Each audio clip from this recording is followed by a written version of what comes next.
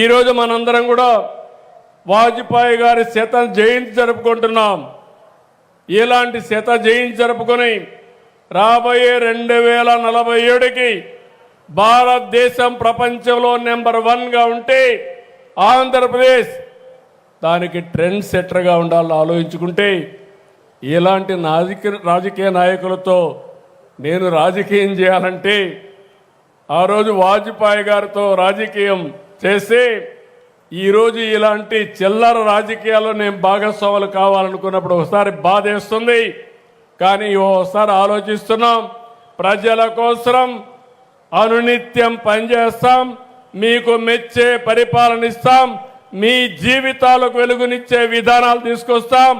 ఎంతమంది ఎన్ని చెప్పినా ఎన్ని అడ్డంకులు సృష్టించినా ఈ యాత్ర ఆగదని చెప్పి నేను మీకు తెలియజేస్తున్నా. నా ఆలోచన ఒకటి, సంపద, ఆనందం, ఆరోగ్యం, ఈ 3 ప్రతి ఒక్కరికి అందించే దిశగా ముందుకు పోతున్నాం. దీనికి ఆ రోజు వాజ్పేయి గారు నాకు స్ఫూర్తి, ఎన్టీ రామారావు గారు స్ఫూర్తి.